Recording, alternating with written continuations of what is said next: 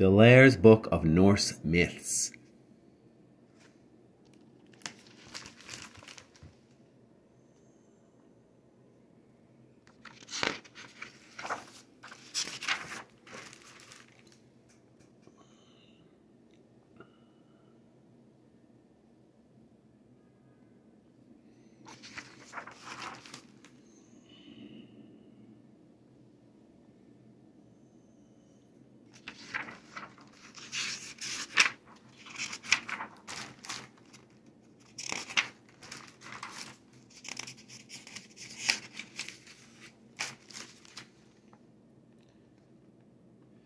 The First Gods and Giants. Early in the morning of time, there was no sand, no grass, no lapping wave. There was no earth, no sun, no moon, no stars. There was Niflheim, a waste of frozen fog, and Muspelheim, a place of raging flames. And in between the fog and fire, there was a gaping pit, Ginnungagap. For untold ages, crackling embers from Muspelheim and crystals of ice from Niflheim whirled around in the dark and dismal pit.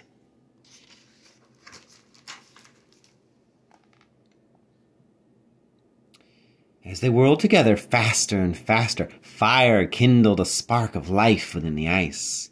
An enormous, ugly shape rose roaring from Ginnungagap. It was the frost giant Ymir, first of the race of Jotuns. At his side, a hornless ice cow came mooing from the pit. Together, Jotun and cow lived in the rim of Ginnungagap. The Jotun did not lack for food. 4 rivers of snow-white froth flowed like milk from the huge ice cow's udder. And Ymir drank and grew to a towering height. As for the cow, she found plenty of food licking the salty brim of Ginnungagap.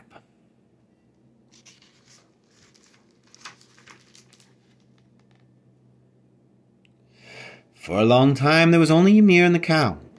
Then Ymir fell into a deep sleep. While he slept, a male and a female Jotun came to life in the warmth in his left armpit, and a troll with 6 heads sprouted from his feet. These monstrous creatures grew quickly and had offspring of their own.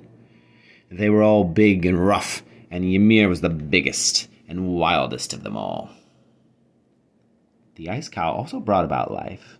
As she licked and licked, her tongue grew warm, for she had to lick hard to make enough food for Ymir and his brood. Then, under her warm tongue, a head of hair sprouted on the briny brim, and as she went on licking, a face appeared.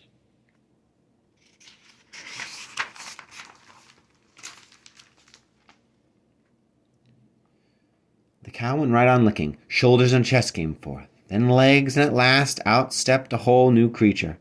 He was straight and quite handsome, not ugly like the Jotuns and trolls. He had a son who was even more handsome, and the son took for his wife a beautiful Jotun maiden. For it sometimes happened that an ugly frost giant would have a lovely daughter. She bore her husband 3 sons, who were so fair that a radiance spread from them and lit up the darkness around them.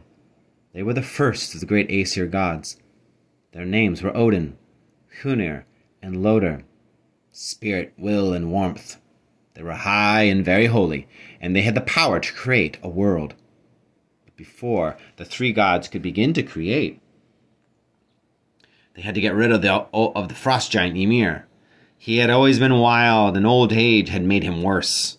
So the 3 young Aesir gods went against the age-old Jotun.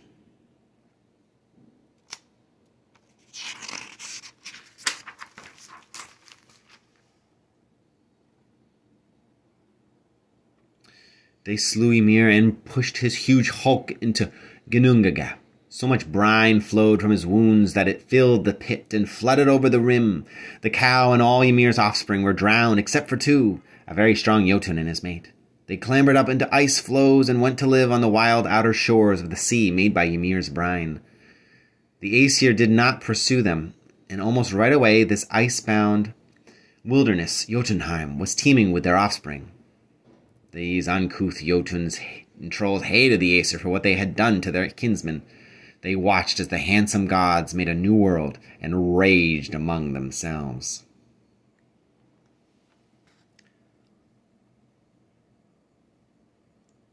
The creation of the world. The Aesir raised Ymir's body out of the sea and made Midgard, the earth, from it. Ymir's flesh became the soil, his bones the mountains, his teeth boulders and stones. They pushed desolate Niflheim deep underground, where its icy fog could not freeze the earth. And over land and sea they set Ymir's huge skull as the dome of the sky, so the sparks from Muspelheim would not set the new world afire. They caught some of the sparks and fastened them to the dome, and these became the sun, the moon, and the stars. Still there was neither day nor night, for the sun and the moon did not move. They were fastened to their places. So Odin, Hoenir, and Loder made 2 teams of horses, put the sun and the moon each into a cart behind them, and set the horses trotting across the sky. First came the moon. The manes of his horses were covered with hoarfrost, and the ice crystals spread a silvery light over Midgard, the earth. Then came the sun. She was so bright that she bathed the earth with a golden light, and she was so hot that the Aesir had to tie bellows to the flanks of her horses to keep them from being burned. But the Jotuns and Trolls were creatures of darkness. They hated the light. Some of them could change their shapes at will, so 2 of them, disguised as wolves, sprang up on the dome of the sky. They ran after the sun and the moon, trying to catch and devour them, and the horses ran for their lives. They ran around and around the sky, always with the wolves at their heels, never daring to pause. And so there were noon and dusk, and dark and dawn on earth. Related to the Aesir were some other gods, the Vanir gods. The Vanir. They lived in a neighboring world, Vanaheim, and ruled over rain and soft winds. They sent gentle showers to earth. As rain fell and the warm rays of the sun shone on Ymir's grey bones, the stubble of his beard sprouted as green grass and spread over valleys and glens. His hair grew into deep forests. Birch, ash, and oak unfolded their leaves, and forests of pine and fir grew dense and dark. It was a beautiful, fresh, green earth, and now the Aesir began to people it.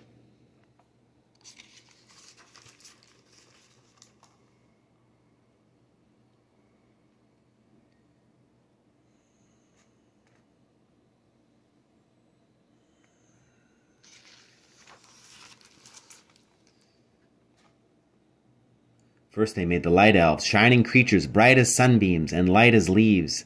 They were gentle and good and flew about on gossamer wings. Their homes were not on earth, but high up in the air in the shimmering world of Alfheim, where the Aesir gods made for them. There were worms boring deep underground in Mir's ore-laden veins. The Aesir changed these into gnomes and gave them tools to mine the precious metals. Soon the caves rang with the sound of hammers and chisels. The gnomes were not friendly. They were grumpy and tricky little men who hobbled along and spoke with shrill, echoing voices. Their faces were pale as mushrooms, and they lived underground, and the sun never shone upon them. But they were marvelous miners and smiths, and they kept the Aesir well supplied with gold, silver, and iron. Then the Aesir made sprites and spirits to inhabit the land and the sea, and cared for every hillock, every mountain, every lake and waterfall. At last they made fish to gambol in the sea, birds to soar in the sky, and animals to run about and prowl in the fields and forests. The Aesir looked around, and they were pleased with their work. They had animals to hunt and fish to catch. The only thing they did not have was someone who would worship them, so they decided to create man. But how was he to look?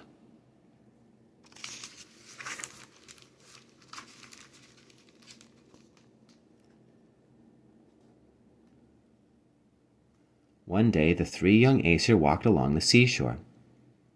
On their eyes fell on 2 little trees, an ash and an alder, standing side by side. In these 2 trees they saw the makings of mankind, straight as gods and tough as wood. But the ash and the alder were only trees. They had no souls. They could neither think nor move, and the sap that flowed beneath their bark was cold. So together the 3 gods blew life into the trees. Odin gave them souls, Hoenir gave them the will to think and move, and Loder gave them feeling and warm red blood. Slowly the ash and the alder turned and twisted into a man and a woman. Still, a naked, nameless man is not far above an animal, and the Aesir wanted the human beings to be the greatest of their creations. So they gave them names and loaned them their own cloaks until they could learn to make clothes for themselves. They named the man Ash, and the woman Embla, Alder, after the trees which they had been created. As a birth gift they gave them the whole earth for their home, and to protect them against the onslaughts of the wild Jotuns in Jotunheim, they made a fence of Ymir's eyebrows and placed it around the earth. Then the three gods made a home for themselves high up above the tallest mountains and set up a shimmering rainbow as a bridge between Earth and Asgard, their home. From Asgard they watched over Ask and Embla and all their children. The first descendants of Ask and Embla were not handsome. Their skin was rough like bark, their joints gnarled. They ate wild plants, hunted animals with clubs, and wrapped themselves into furs to keep out the cold. They lived in hovels and had no manners at all, and their eyes were downcast and dull.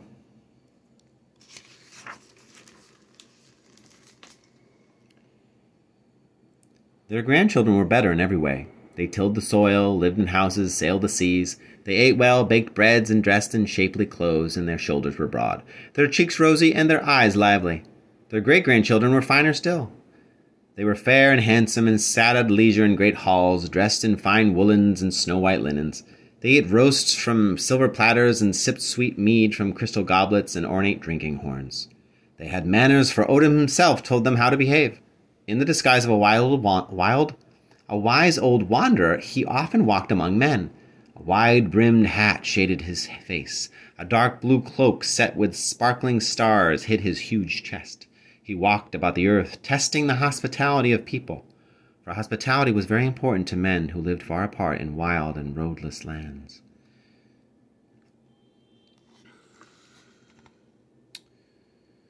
When he was welcome to a hall or hovel, he seated himself by the fire and talked to the people. Your friends' friends shall be your friends. Your friends' foes shall be your foes. Tread down the path to your friend's house, and don't let it grow over with weeds, he said. Always keep your door open to the tired traveler. The man who comes to your house with shivering knees needs a place by the fire and dry clothes and warm food. When you enter the house of a stranger, look into cupboards and dark corners to see if a foe might be hiding. Then take the seat that is offered to you, and listen more than you speak, for then no one will notice how little you know. Always have a bite to eat before going to a feast. A hungry man is not a bright speaker. It's an unwise man who sits awake worrying all night. When morning comes, he will be too tired to think, and matters will be still more tangled. At last he always said, men die, cattle die. You yourself must die one day.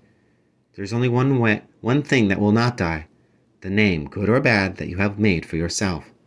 Thus Odin and the Aesir god sat by the hearth and spoke, and the people listened. When he disappeared, they knew they had been listening to the voice of the High One, and they held his words sacred.